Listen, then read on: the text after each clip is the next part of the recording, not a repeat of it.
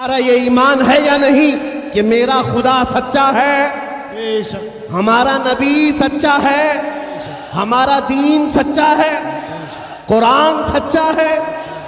جب تمہارا یقین ہے کہ میرا خدا سچا، میرا دین سچا، میرا قرآن سچا، میرا نبی سچا، تو پھر میرے عزیزوں سر جھکا کر نہیں، سر اٹھا کر جیو۔ بے شک سبحان اللہ۔ اور تمہیں حضور اکرم صلی اللہ تعالیٰ علیہ وسلم کے اخلاق پر کبھی شرم نہیں آنی چاہیے۔ کوئی ٹوپی پر، کوئی داڑھی پر تانے مارتا ہے تو اس کو نظر انداز کرو، اس لیے کہ مرنے کے بعد اس کیڑے کو منہ نہیں دکھانا ہے، آمنہ کے لال کو منہ دکھانا سبحان ہے۔ اللہ۔ تانا دیتا ہے تو دے کر مر جائے گا، ہمیں فرق نہیں پڑتا، ہمارے لباس سے جلتے ہو تو اور جلو، مرو، اس لیے کہ جس کی قسمت میں یہاں بھی جلنا وہاں بھی جلنا۔ اور الحمدللہ سنیوں کی قسمت میں یہاں بھی خوشیاں ہیں وہاں بھی خوشیاں۔ ہم یہاں پر حضور پاک کا ذکر کر رہے ہیں اور خوشحال ہیں، الحمدللہ خوشحال ہیں، اس لیے کہ مجھے پتا ہے ہماری حیثیت کیا ہے۔ خوشحال ہیں آپ بھی ہیں، ہم ہیں۔ یہ چھوٹی موٹی شکایتیں تو سب کرتے ہیں آپ، کہ بیماری ہے، گھر میں کھانا پانی نہیں ہے، دھندا نہیں چل رہا ہے، بزنس نہیں چل رہا ہے، سب لاس میں ہے، جاب نہیں ہے، سب شکایتیں تمہاری ہے، ہمیں پتا ہے۔ میرے عزیزوں ہم تو بار بار یہ رونا روتے ہیں، ہم بڑی کمزور قوم ہیں، ہم بڑی کمزور قوم ہیں، ہم بڑی کمزور قوم ہیں، لیکن میڈیا کے دجالی کتے بار بار بھونک بھونک کر بتاتے ہیں تم کچھ ہو، تم کمزور نہیں ہو۔ بے شک 24 گھنٹے ہم پر ڈیبیٹ ہوتا ہے کہ نہیں ہوتا ہے؟ کل ملا کر ہم پر ہی ڈیبیٹ۔ ارے میاں یہاں تو الیکشن بھی کیمپیننگ کے لیے ہم ہیں، ہمارے مدعے کو لے کر کے ہی سب کو لڑانا ہے، سب کے درمیان۔ میں آپ سے یہ کہتا ہوں، یہ باتیں یوں ہی نہیں، وہ بار بار تمہیں بھونک کر بتا رہے ہیں تم کچھ ہو، لیکن تم کہتے ہو نہیں میں کچھ نہیں ہوں، ہم کمزور ہیں، وہ کہتے ہیں نہیں کمزور نہیں تم کچھ ہو۔ ایک طرف تو کہتے ہیں کچھ نہیں ہے، سب بکھرے ہوئے لوگ ہیں، پنچر پتر بھی کہتے ہیں، لیکن پھر ہم ان سے کہتے ہیں میاں پنچر پتر ہے تو 24 گھنٹے ڈیبیٹ ہم پر کیوں کرتے ہو؟ ڈر کس بات کا ہے؟ کس بات کا ڈر ہے؟ کیا دوسری اور قومیں نہیں ہیں جس کو نشانہ بناؤ گے؟ ارے 70 قومیں موجود ہیں، لیکن ہمیں پتا ہے تمہاری آنکھوں میں اگر کوئی چبھتا ہے تو غلام مصطفیٰ ہی ہے، اس لیے کہ انہیں بھی تاریخ پتا ہے، یہ اگر نکل پڑے ہیں صحرا سے بغیر چپل کے پیوند لگے کپڑوں سے تو قیصر و کسریٰ کو بھی دھول چٹا سکتے ہیں۔ وہ دنیا کی سپر پاور طاقتوں کو گھٹنے ٹیکنے پر مجبور کرنے والی قوم وہ عمر بن خطاب کے شاگرد تھے، صحابہ کرام تھے۔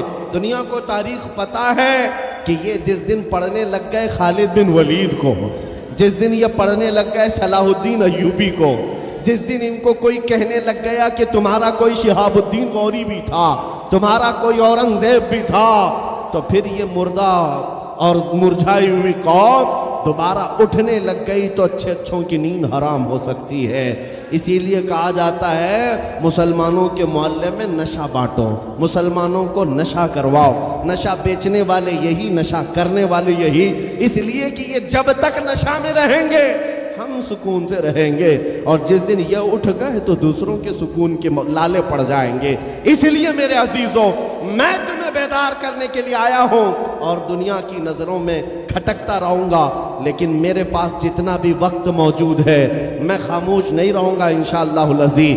کل کو بھی اگر میری پھانسی ہو جائے مجھے اس بات کی پرواہ نہیں ہے، دنیا سے جائیں گے، ہمارے ایک کے مر جانے کے بعد ان کتوں سے کہتا ہوں کہ اس کو یہ مت سمجھ لینا کہ اسلام ختم ہو جائے گا، مجھ جیسے 1000 کٹ بھی جائیں تب بھی ہم نعرہ یہی لگائیں گے، اسلام زندہ ہوتا ہے ہر کربلا کے بعد۔ نعرے تکبیر، نعرے رسالت، شہنشاہ خطابت، شیر ہندوستان سلمان مفتی سلمان ازاری صاحب قبلہ۔ سبحان اللہ سبحان اللہ۔ میرے عزیزوں بات آج ایمان کی ہے، میں نے آج تک کسی تقریر میں کسی کو اسلحہ اٹھانے کی بات نہیں کی، میں نے کبھی کسی کو بندوق، بارود، چاقو، تلوار کی بات نہیں کی، اور نہ ہی ہمیں ضرورت ہے۔ میرے عزیزو، ہم تو چاہتے ہیں کہ تم عشق رسول کا جامہ پہنو، حضور کی محبت کا لباس پہن لو۔ میرے عزیزو، چاقو بلیڈ بھی اٹھانے کی ضرورت نہیں، تمہارے چلتے پھرتے دیکھ کر کتنے کیڑے فنا ہو جائیں۔ ہاں، صرف تمہاری چلت پھرت سے کئی کتے نالیوں میں مر جائیں۔ سب کو سمجھ میں آتی ہے بات۔ اور جن لوگوں نے مجھ سے پوچھا تھا بار بار آپ کتے کس کو کہتے ہیں، میں نے کہا کوئی سنی مجھ سے پوچھا ہی نہیں، کسی نے مجھ سے پوچھا ہی نہیں۔ یہ ساری تقریریں سن رہے ہیں، آپ نے پہلے ہی پوچھا تو کہیں ایسا تو نہیں کہ زخم پر جا کر بات لگی ہو۔ خیر میرے عزیزو، آپ کو میں بارہا بیدار اس بات کے لیے کرنا چاہتا ہوں، حضور کے اگر غلام ہیں تو پورے غلام بنو، پورے غلام۔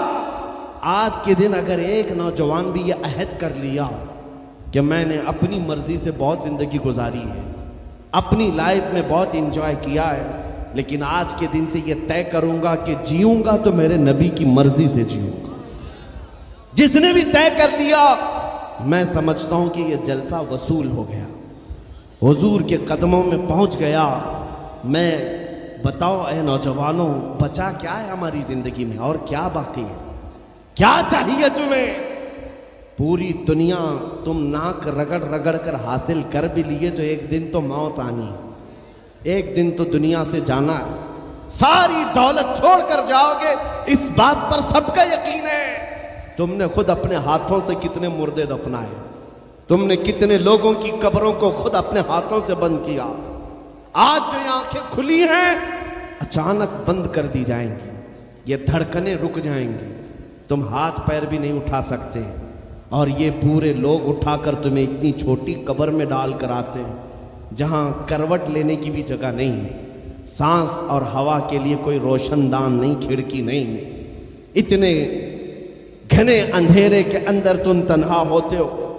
اس قبر کے متعلق سوچو، وہاں منکر نکیر جس کے بارے میں پوچھ رہے ہوں گے وہ تاجدار مدینہ کی ذات ہوگی، حضور کے بارے میں تم سے پوچھا جا رہا ہے کہ تم ان کے بارے میں کیا کہتے تھے۔ اس لیے سنیو، آج ہی ہم تیاری کیوں نہ کر لیں کہ کل کو قبر میں ہم سے فرشتے پوچھیں ان کے بارے میں کیا کہتے تھے، تو وہاں پکار کر نکیریں ان سے کہنا تم پوچھ رہے ہو ان کے بارے میں کیا کہتے تھے، ارے مر کے پہنچا ہوں یہاں اس دل ربا کے واسطے، سبحان اللہ، سبحان اللہ، مر کے پہنچا ہوں یہاں اس دل ربا کے واسطے، ہے شب گور بھی اسی گل سے ملاقات کی رات۔ عزیزان گرامی وقار، آج لے ان کی پناہ، آج مدد مانگ ان سے، کل نہ مانیں گے قیامت میں اگر مان گیا۔ صرف میں تمہارے ان اخلاق کی بات کر رہا ہوں، بڑے درد دل سے کہہ رہا ہوں، آ جاؤ واپس اس نقطے پر جہاں میرے نبی نے ہمیں چھوڑا تھا، آ جاؤ اس راستے پر جس پر چلنے والوں پر اللہ نے انعام نازل کیا۔ آپ کو پتا ہے وہ صحابہ کرام، تابعین اور اولیاء کاملین کا راستہ تھا کہ جن کے بارے میں اقبال نے کہا، دی اذانیں کبھی یورپ کے کلیساؤں میں تو کبھی افریقہ کے تپتے ہوئے صحراؤں میں، دشت تو دشت ہے دریا بھی نہ چھوڑے ہم نے، بحر ظلمات میں دوڑا دیے گھوڑے ہم نے، آ گیا عین لڑائی میں گر وقت نماز، قبلہ روحوں کے زمین بوس ہوئی قوم حجاز، ایک ہی صف میں کھڑے ہو گئے محمود و ایاز، نہ کوئی بندہ رہا نہ کوئی بندہ نواز۔ یہ ہماری تاریخ تھی، یہ ہماری تاریخ تھی، محمد عربی صلی اللہ تعالیٰ علیہ وسلم کے غلاموں کی تاریخ تھی۔ وہ جس جگہ جاتے تھے پرچم اسلام لہراتے تھے، جہاں چل پڑے ہواؤں کا رخ موڑ دیا، آندھیوں کو توڑ دیا، سمندروں میں راستہ بنا لیا، ارے دریائے دجلہ میں گھوڑے دوڑا دیے۔ یہ نبی پاک کے غلام تھے، دنیا ان سے خوف زدہ تھی۔ کیا تھا ان کا نعرہ؟ ان کا نعرہ یہ تھا، ٹل نہ سکتے تھے جنگ میں اگر اڑ جاتے تھے، پاؤں شیروں کے میدان سے اکھڑ جاتے تھے، ارے حق سے سرکش ہوا کوئی تو بگڑ جاتے تھے، تیغ کیا چیز ہے ہم توپ سے بھی لڑ جاتے تھے۔ نعرے تکبیر، نعرے رسالت، دیکھو دیکھو کون آیا،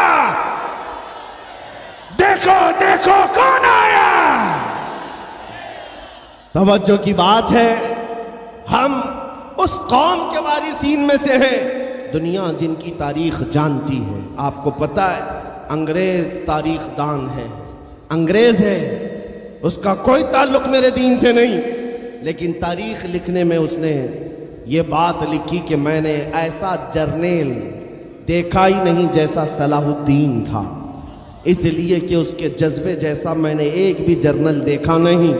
ایک بار کا واقعہ لکھا ہے کہ 12,000 کی فوج تھی صلاح الدین کے ساتھ، 12,000 کی فوج تھی صلاح الدین ایوبی کے ساتھ، اور جس وقت وہ میدان میں اترا مقابل میں صلیبیوں کی تعداد 4 لاکھ کی تھی، 4 لاکھ کی تھی۔ 4 لاکھ کی تعداد دیکھ کر نہ وہ گھبرایا نہ بھاگا، پلٹ کر اپنی فوج سے پوچھا کیا مشورہ ہے تمہارا، مقابل میں اترے یا نہیں اترے؟ صلاح الدین کے لشکری اور اس کے نوجوان سپاہی عام لوگ نہیں تھے، جذبہ جوان تھا۔ عرض کیا ہے صلاح الدین ہمارے سپہ سالار، رسول اللہ کے صحابہ تعداد دیکھ کر اترتے تھے تو ہم بھی تعداد دیکھ کے اتریں گے، اگر نبی کے صحابہ تعداد نہیں دیکھتے تھے تو ہم بھی اس تعداد کا کوئی پرواہ نہیں کریں گے۔ صلاح الدین ان کی باتوں کو لے کر اتر تو پڑا۔ تاریخ لکھنے والا انگریز آدمی ہے، کہتا ہے مقابلہ کر لینا اور بات ہوتی ہے، لیکن 4 لاکھ کو تتر بتر کر کے رکھ دینا تاریخ کی الگ بات ہوتی ہے۔ صلاح الدین کے اس کارنامے کے بعد وہ انگریز تاریخ دان کہتا ہے ہمارے علاقوں میں حال یہ ہو گیا تھا، ہمارے ہاں کی مائیں اپنے بچوں کو تھپکیاں دے کر سلاتی تھی اور یہ کہتی تھی کہ بیٹا سو جا نہیں تو صلاح الدین آ جائے۔ سبحان اللہ، سبحان اللہ۔ یہ میں اس لیے باتیں عرض کر رہا ہوں کہ صلاح الدین ایوبی کی طاقت وہ ان کی اپنی باڈی کی طاقت نہیں تھی، وہ نہ ہی کسی جگہ سے ورزش کر کے حاصل کی ہوئی طاقت تھی۔ صلاح الدین کی طاقت عشق مصطفیٰ کی وجہ سے تھی، وہ محبت رسول کا پیکر تھا۔ ہم نے تاریخ میں ان جوانوں کو دیکھا ہے جنہوں نے تاریخ الٹ کر کے رکھ دیا ہے، جنہوں نے زمین میں ایک الگ پرچم لہرا کر رکھ دیا ہے۔ آپ کو پتہ ہے اسی ہندوستان کی سرزمین پر سب سے پہلا 10,000 کا لشکر لے کر آنے والا ایک جوان عرب سے سب سے پہلے آنے والا محمد بن قاسم صرف 19 سال کی عمر میں آیا تھا، 19 سال کی عمر میں آیا تھا۔ کس لیے آیا تھا؟ مال لوٹنے نہیں آیا تھا، یہاں جگہ قبضہ کرنے نہیں آیا تھا، جیسے آج تاریخ توڑ مروڑ کر کے بتائی جا رہی ہے۔ جتنے بادشاہ آئے سب اکرمن کیے، سارے لوگ یہاں لوٹ پاٹ کرنے آئے تھے، یہ تاریخ توڑ مروڑ کر بیان کی جاتی ہے۔ میرے عزیزوں اس پر پھر کبھی گفتگو کریں گے، لیکن محمد بن قاسم کیوں آیا تھا؟ الہ آباد کے ایک پنڈت ہیں، انہوں نے خود لکھا ہے، میں اپنی بات نہیں پنڈت جی کی بات کہہ رہا ہوں۔ اس وقت حالات ایسے ہو گئے تھے کہ چند عورتیں، مسلمان عورتیں جو سری لنکا کی سرزمین سے حج کے لیے جا رہی تھیں، اس وقت راجہ دابر سنگھ اس کے کچھ گنڈوں نے ان عورتوں کو پکڑ لیا، ان کی عزت لوٹی، ان کا مال لوٹا، ان کو قیدی بنایا۔ ان عورتوں نے اس وقت پکار کر کہا تھا کہ کوئی ہے جو ہماری عزت بچائے گا۔ کوئی تجارت کرنے والا باہر سے آیا ہوا تاجر بات سن کر کے عرب گیا، عرب میں جا کر گورنر جو تھا اس کے سامنے واقعہ بیان کر رہا تھا۔ 19 سال کا جوان محمد بن قاسم وہاں سے گزر رہا تھا، اس نے اتنا واقعہ سنا کہ ہند کی سرزمین پر کچھ ہماری بہنوں کی عزت لوٹی جا رہی ہے۔ وہیں کھڑے ہو کر اس نے کہا لبیک یا اختی، اے میری بہن میں تیری عزت کی حفاظت کے لیے آ رہا ہوں۔ وہاں سے پکارا اپنے چچا جو گورنر تھا اس وقت، اس سے 10,000 کا لشکر لے کر کے سب سے پہلے یہاں آنے والا محمد بن قاسم کس لیے آیا تھا؟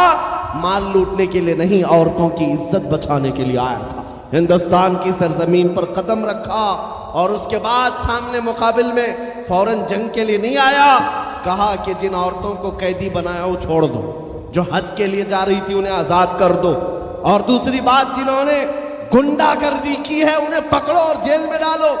راجہ کو گھمنڈ تھا، اس نے انکار کیا تو محمد بن قاسم نے کہا چلو آؤ محمد عربی کے شیروں سے مقابلہ ہو جائے۔ 3 دن کا مقابلہ ہوا تھا، نہ راجہ بچا نہ باجا بچا، سارے ہزارے ادھر سے ادھر ہو گئے۔ اور محمد بن قاسم کا پرچم لہرایا۔ میرے عزیزو، عورتوں کی عزت کا محافظ 19 سال کا جوان تھا جس نے آتے ہی عورتوں کی عزت بھی بچائی اور میرے دین کا پرچم بھی لہرایا۔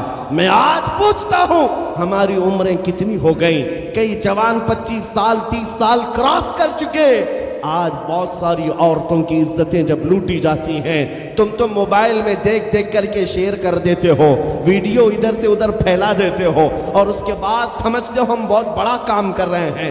ہر کوئی یہی کہتا ہے سب کو شیئر کرو، سب کو شیئر کرو، کائے کے لیے شیئر کرو؟ میرے عزیزو، یہ کون سی جنگ لڑ رہے ہو؟ واٹس ایپ موبائل کی جنگ لڑ رہے ہو؟ تمہارے اندر اگر غیرت باقی ہے تو میرے عزیزو، کسی کی عزت لٹتے ہوئے دیکھ کر تم تماشا نہیں کر سکتے۔ ایمان بیدار کرو، ایمان بیدار کرو۔ یہ آج حالات کیوں آئے؟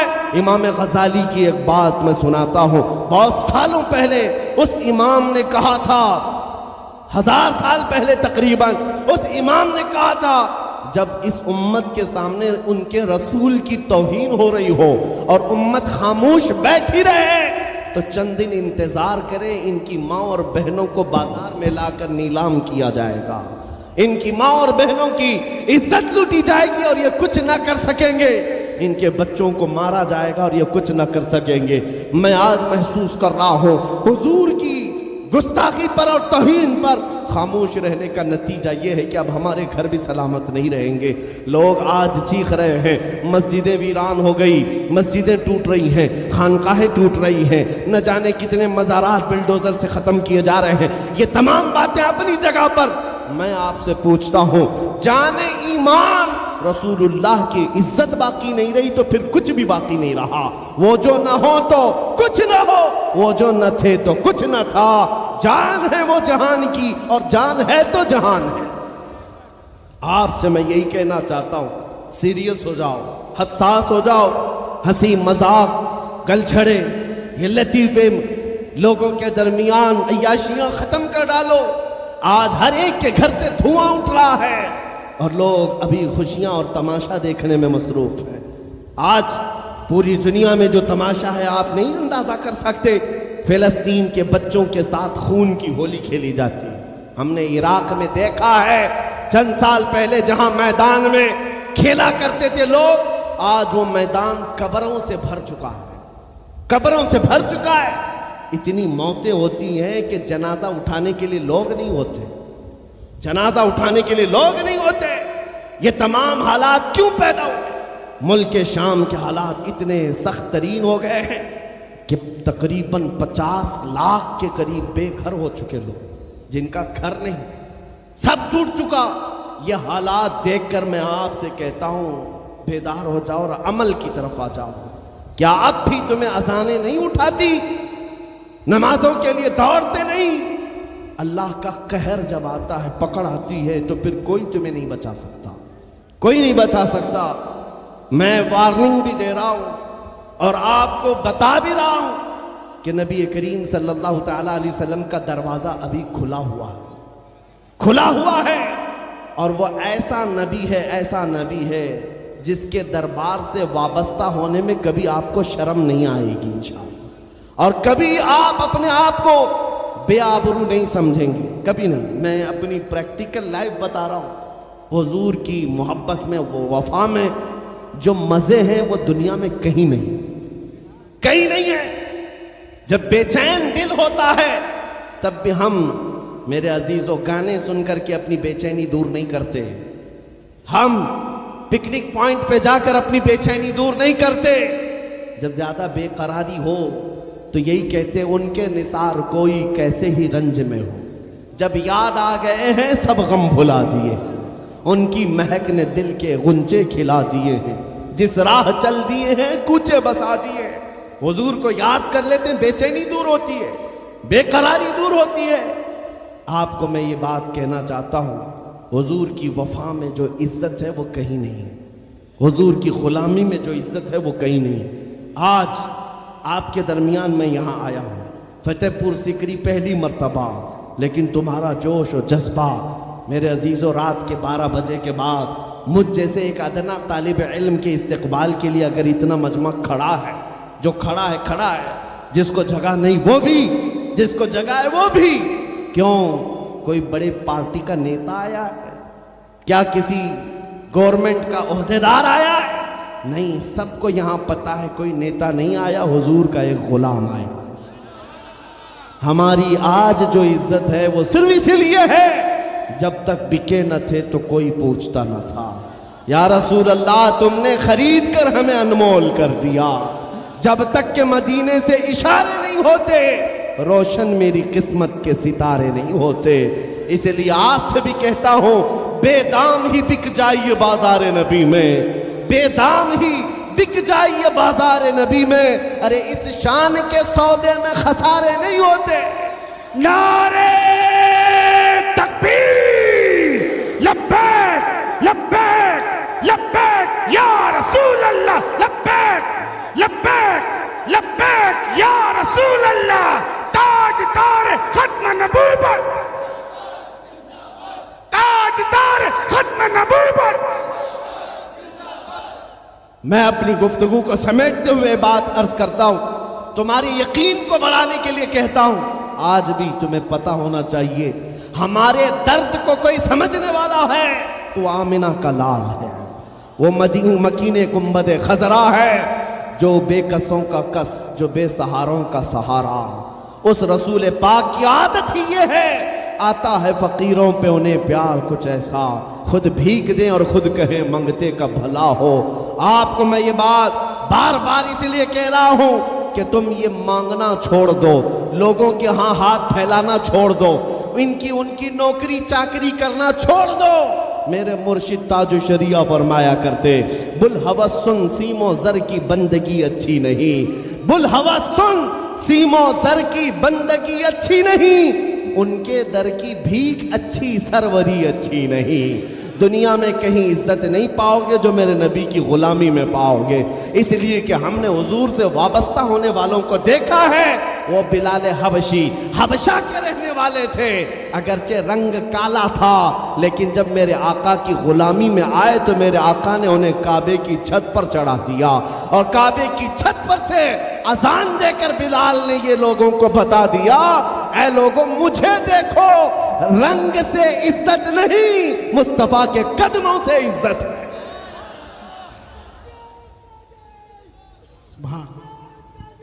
عزیزان گرامی وقار، توجہ چاہتا ہوں، حضور کی غلامی میں جو عزت ہے وہ ہم نے دیکھی ہے۔ جو لوگ صحابہ کرام، سیدنا امیر المومنین عمر ابن خطاب، جن کا حال یہ تھا 36 لاکھ اسکوائر کلومیٹر پر تنہا حکومت کرتے تھے۔ اس وقت مصر بھی، شام بھی، یمن بھی، عراق بھی، فلسطین بھی، عرب، یہ 6 کنٹری پورے ملا کر تنہا حضرت عمر کی نگرانی میں تھے، اور ایسی نگرانی نہیں کہ یہاں بیٹھ کر کے بڑی بڑی میٹنگیں کر رہے ہوں اور غریب خستہ حال سو رہے ہوں۔ اس خلیفہ اسلام کا حال یہ تھا، وہ مدینے میں بیٹھ کر خلافت کر رہا تھا، اور بڑی دور ایک عورت اپنی بیٹی سے کہہ رہی ہے کہ آج تھوڑا دودھ میں پانی ملا لے۔ بیٹی کہتی نہیں، خلیفہ عمر بن خطاب کی خلافت ہے، عمر ابن خطاب کی خلافت ہے۔ گھروں میں تک عمر ابن خطاب کی نگرانی تھی۔ یہ کون عمر ابن خطاب رضی اللہ تعالیٰ عنہ، جنہوں نے لوگوں کا خون چوس کر کے حکومت کی کرسی نہیں بٹھائی؟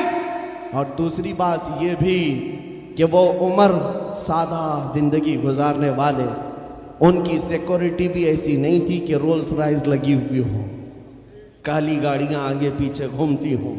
میرے عزیزوں، اس عمر ابن خطاب کی بات کر رہا ہوں، جب بیت المقدس فتح ہو گیا تو وہاں سے حضرت ابو عبیدہ بن جراح نے خط لکھ کر کے بھیجا کہ لوگوں کی خواہش ہے عمر ابن خطاب آپ تشریف لائیں، بیت المقدس کی چابی آپ کے ہاتھ میں دی جائے گی، آپ تشریف لائیں۔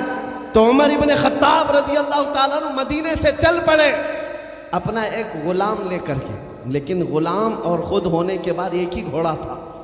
طے یہ کر لیا غلام کے ساتھ کہ 1 میل میں بیٹھوں گا تو چلے گا، اور دوسرے میل تو بیٹھے گا میں چلوں گا۔ یہ شان عمر ابن خطاب رضی اللہ تعالیٰ عنہ، میں کیوں کہہ رہا ہوں ابھی بتاتا ہوں. اور اس طرح سے سفر کٹتا رہا. 1 میل خود بیٹھتے, 1 میل غلام بیٹھتا تھا, کیونکہ ان کے عدل کے سامنے کسی کی نہیں چلتی. پھر جب اتفاق ایسا ہے بیت المقدس قریب آیا, لوگ سب دیکھنے کے لیے باہر آئے, لیکن گھوڑے پر بیٹھنے کی باری غلام کی تھی اور آپ کی چلنے کی تھی. باری باری ہے, غلام بیٹھا ہوا آ رہا ہے اور خلیفہ وقت رسی پکڑا ہوا آ رہا ہے. لوگ دوڑے دوڑے آئے فلسطین کے, امیر المومنین امیر المومنین کہہ کر نعرہ لگا رہے تھے. تو جو موجود صحابہ تھے انہوں نے بتایا یہ گھوڑے پر بیٹھا ہوا امیر المومنین نہیں ہے, یہ گھوڑے کی رسی پکڑ کر جو آ رہا ہے وہ امیر المومنین ہے. عیسائیوں نے پہلی مرتبہ دیکھ کر کے پوچھا تھا, اے مسلمانوں کیا تمہارا بادشاہ ایسا بھی ہوتا ہے؟ اس وقت صحابہ نے کہا پہلی بات تو ہمارے ہاں بادشاہ ہوتا ہی نہیں, بادشاہ نہیں ہوتا. اور ان کی یہ زندگی میں اس لیے بتا رہا ہوں. پھر عیسائیوں نے کہا اگر یہ گھوڑے کی رسی پکڑ کر چلتا ہے تو اس کے ڈر سے قیصر و کسریٰ کیوں کانپ رہے ہیں؟ اس کے ڈر سے پورا ایران پورا روم کانپ رہا ہے.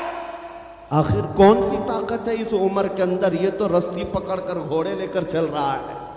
تب جانتے ہو میرے عزیزو, عمر ابن خطاب رضی اللہ تعالیٰ عنہ نے لوگوں کو جمع کر کے بتایا, اے لوگو سنو, میری حیثیت صرف اتنی تھی, میں خطاب کا بیٹا عمر, بچپن میں 2 بکریاں مجھ سے نہیں سنبھالی جاتی اور میرے باپ مجھے ہر دن مارتے تھے, بکریاں نہیں سنبھالنی آتی. لیکن آج غور سے دیکھو آنکھ کھول کر, وہی خطاب کا بیٹا عمر ہے, 36 لاکھ اسکوائر کلومیٹر پر تنہا حکومت کرتا ہے. اس لیے نہیں کہ خطاب کا بیٹا عمر ہے, اس لیے کہ محمد عربی کا غلام عمر ہے. نعرے تکبیر, نعرے رسالت, مرحبا یا مصطفیٰ, مرحبا یا مصطفیٰ. عزیزان گرامی وقار, میں آپ کو کئی مثالوں سے بتا سکتا ہوں. عزت صحابہ نے رسول اللہ کے قدموں سے پائی ہے, عزت نبی پاک کے قدموں سے پائی ہے. آج جس جلسے میں جائیں اعلیٰ حضرت اعلیٰ حضرت, ابھی اگر میں پوچھوں عشق